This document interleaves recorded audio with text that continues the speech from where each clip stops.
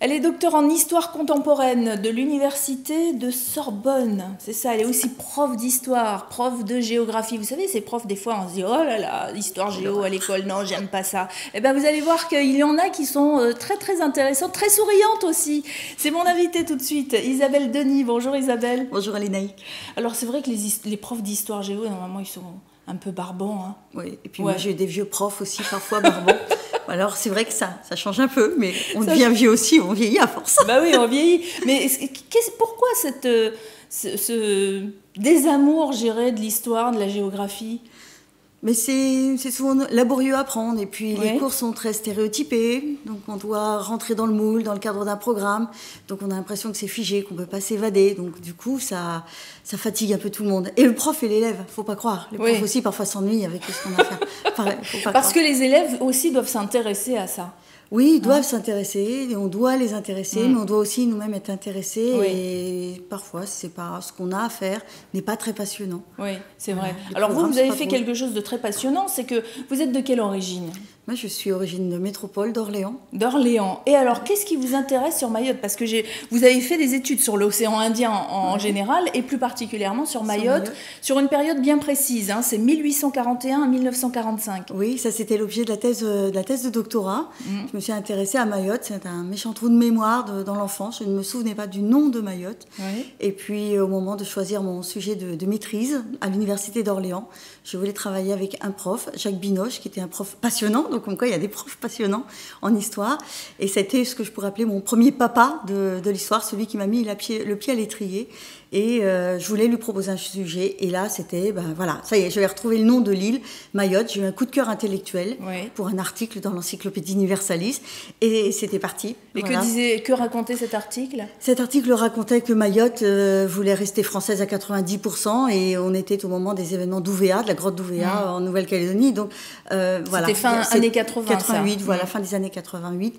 Et du coup, voilà, on se dit, mais pourquoi eux? Pourquoi, voilà. Et puis, on part comme ça. Et on se dit une maîtrise, et puis ensuite on est gagné par la fièvre de la recherche, puis le DEA, puis la thèse à la Sorbonne, et puis ça prend du temps, beaucoup d'énergie. Vous avez travaillé combien de temps sur cette thèse? Oh là, très longtemps, parce que j'ai dû enseigner à côté pour la financer, parce que c'est beaucoup de déplacements, des recherches dans de nombreux centres d'archives, que ce soit en métropole ou à l'étranger, mais beaucoup en métropole. On fait un tour de France de compagnons du devoir, c'est très agréable, mais aussi très, très enrichissant, parfois un peu laborieux aussi. Puis c'est beaucoup de cartons d'archives qu'on ouvre, on n'est pas sûr de trouver tout ce qu'on cherche à l'intérieur. Et puis il faut tout lire alors. Il faut tout lire, il faut rechercher, il faut avoir des réponses. Et 1841-1945, c'est pas anodin. Non. Alors, on va expliquer justement pourquoi cette période. 1841 parce que c'est l'acquisition de Mayotte par la France. Et 1945 parce qu'il fallait bien mettre un terme, entre guillemets, mais surtout parce que la France voulait faire de Mayotte un port militaire, un point d'appui. Et elle avait pour ambition de s'en servir en tant que point d'appui militaire. Et donc la question qui se posait en historienne, c'est est-ce que Mayotte a servi de point d'appui militaire pendant la guerre 14-18, pendant la guerre 39-45 Donc sur ces 105 ans, il fallait voir un petit peu ce que ça veut dire. Si vous racontez un petit peu cette présence militaire de 1841 à 1945. Voilà. Ce qu'elle a été, est-ce qu'elle n'a pas été? Est-ce qu'elle n'a pas été, voilà, parce qu'effectivement, Mayotte est promis à un avenir... plutôt joli, et puis soudain il y a la découverte de Madagascar qui l'a fait reléguer un petit peu comme la cinquième roue du carrosse. Tout à fait, c'est tout à fait ça.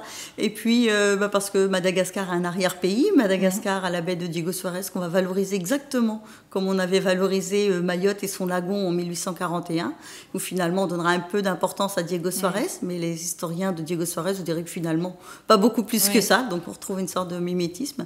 Et puis Paris a une vision des régions un petit peu spécifiques, et c'est vrai que Mayotte va très vite être incluse dans une dépendance, même si elle est la responsable de la dépendance des Comores, mais elle sera rattachée à Madagascar, et c'est Madagascar qui dirigera l'ensemble, donc du coup ça n'aidera pas l'île à se développer, et on le verra ça reprendra un petit peu avec les années 45.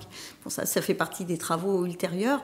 Bon, Mayotte, en 45, redevient un tome avec le reste des Comores. Mais pour le coup, ça n'est pas Mayotte qui reprend là, à nouveau la tête de la dépendance. C'est la Grande Comore par son poids numérique. Alors, qu'est-ce qui fait que, justement, Mayotte est toujours mise un peu de côté comme ça? C'est quoi? Ces hommes politiques qui font pas assez? Ils ne demandent pas? Qu'est-ce qui se passe? C'est un peu, pour la période actuelle, c'est un peu compliqué. Mais c'est aussi... Paris ne voit pas forcément la zone océan Indien comme elle l'est, il la voit sous le prisme parisien, on le voit d'en haut sur la map monde, donc on a l'impression que toutes ces îles qui sont les unes à côté des autres sont voisines, sont sœurs, sont cousines et ont toujours vécu ensemble, ce qui n'a pas toujours été le cas. Mais bon, et d'ailleurs, pour revenir sur les épisodes de la guerre, les deux grandes guerres, Madagascar comme Mayotte vivent ces guerres-là très différemment. Tout à fait.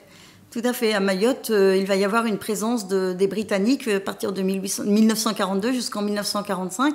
Il n'y aura pas un Britannique dans les 3 autres îles Comores.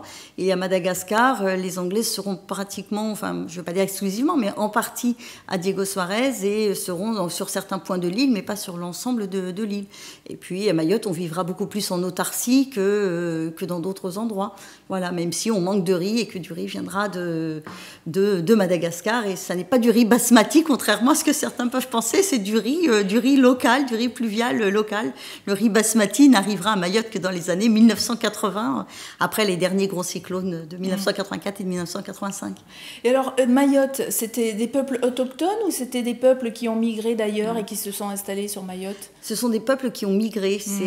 Pour l'instant, on peine à savoir l'histoire ancienne de Mayotte. Heureusement, l'archéologie avance, donc on en saura beaucoup plus avec les fouilles de Stéphane Pradine du côté de Dembéni et puis d'autres du côté d'Aqua. Bon, on a quelques grandes lignes. On a un peuplement austronésien un petit peu comme à Madagascar. Il y a aussi un peuplement africain, bien évidemment. Oui, parce que c'est proche. Hein. Alors Mayotte, c'est entre l'Afrique et Madagascar. C'est au milieu. C'est plus petit que la Réunion. Ah oui, c'est plus petit. C'est 375 mais ils ont quand même km². plus de 200 000 habitants. Voilà.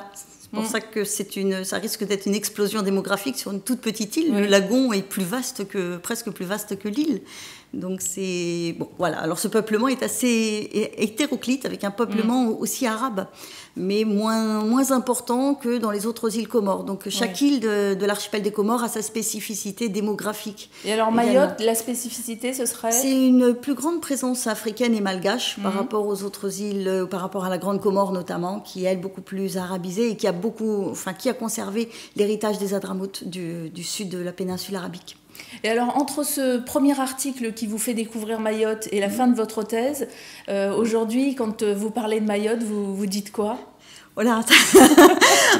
Je vois évidemment l'histoire politique de Mayotte et son évolution, son changement de statut régulier, mais je vois aussi... Oui, parce qu'aujourd'hui, c'est un département, voilà. C'est plus un territoire. Non, c'est le 101e département, et puis je vois aussi tout ce travail, la présence des gendarmes, la manière dont elle est arrivée sur l'île en 1933, et finalement, c'est la seule présence militaire continue depuis 1933 à Mayotte, avec beaucoup de changements, parce que ça c'est véritablement, l'île s'est urbanisée et leur travail a aussi beaucoup changé.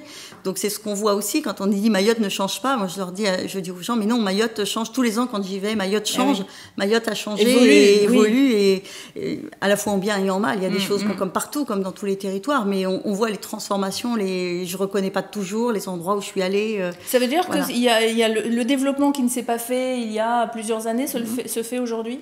Il s'accélère aujourd'hui parce qu'il y a une urbanisation de la population, puis parce qu'il y a une telle croissance de la population que le développement se fait. Mais le développement se fait déjà depuis 30 ans, simplement il se faisait lentement, et là on a l'impression d'une accélération. Mais que les gens sur place ne mesurent pas forcément. Pour eux, c'est encore trop lent, mais ça se fait. C'est quelque chose. Ils ne le voient pas. Mais quand on est dedans, on a la tête dans le guidon, on ne voit pas le changement. Les autres le voient, mais effectivement, on ne voit pas comment ça va vite. Alors, vous vous intéressez également à la transmission des gestes, à la transmission des traditions, et notamment à l'alimentation, l'évolution de l'alimentation. Oui. Il est déjà 11h. Enfin, il est déjà presque temps de se quitter. Alors, on ne pourra pas faire un sujet entier là-dessus. Moi, j'aimerais vous réinviter justement pour parler de ça, de cette évolution, parce que là aussi, elle est rapide et lente en même temps. C'est un petit peu, c'est un peu ce que vivent toutes les îles, j'ai envie de dire. Très certainement. Très certainement. Là, on a une accélération de l'évolution de la nourriture à Mayotte depuis les années 80. En fait, c'est là qu'on voit vraiment les bouleversements. Il y a une étape dans les années 1980. Les cyclones que j'évoquais tout à l'heure vont changer l'approvisionnement du riz.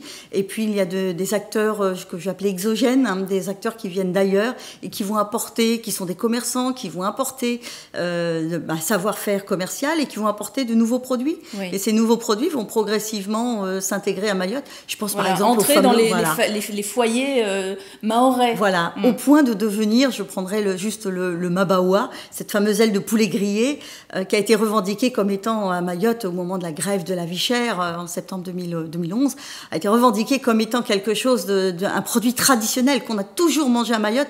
Or, en fait, le mabawa arrive qu'au début des années 80, 1980, même pas 1800, 1980, et qui est compris comme étant quelque chose, ce sac de 20 kilos de mabawa ou de 10 kilos de mabawa qu'on doit acheter, il ne faut pas qu'il augmente, alors que ce n'est pas la nourriture traditionnelle mahoraise. Voilà, ça c'est un des archétypes de... Ils ne mangeaient pas de poulet autant avant? Non, pas autant. On mangeait beaucoup plus de poissons qu'on allait pêcher dans le lagon et on allait se servir, on pêchait pour le soir même. Voilà, parce que là encore, le progrès technologique, l'arrivée de l'électricité récente à Mayotte, il n'y avait pas de congélateur, il n'y avait pas de réfrigérateur non plus, donc la conservation était difficile pour tous ces produits, même locaux de la mer. C'est passionnant. Vous acceptez de revenir, hein? Oui, avec plaisir. Voilà, et on ira un petit peu plus au cœur du sujet, je vous promets. Donc Isabelle Denis, qui était mon invitée aujourd'hui, docteur en histoire contemporaine de l'université de Sorbonne, elle est aussi prof d'histoire et géographie. Si vous l'avez en cours, vous avez bien de la chance, et autrement, nous aussi on a de la chance sur OM5 d'avoir des gens comme elle qui veut bien partager ses connaissances, et elle reviendra sur notre plateau, c'est promis, elle nous l'a dit. Merci. Merci à vous.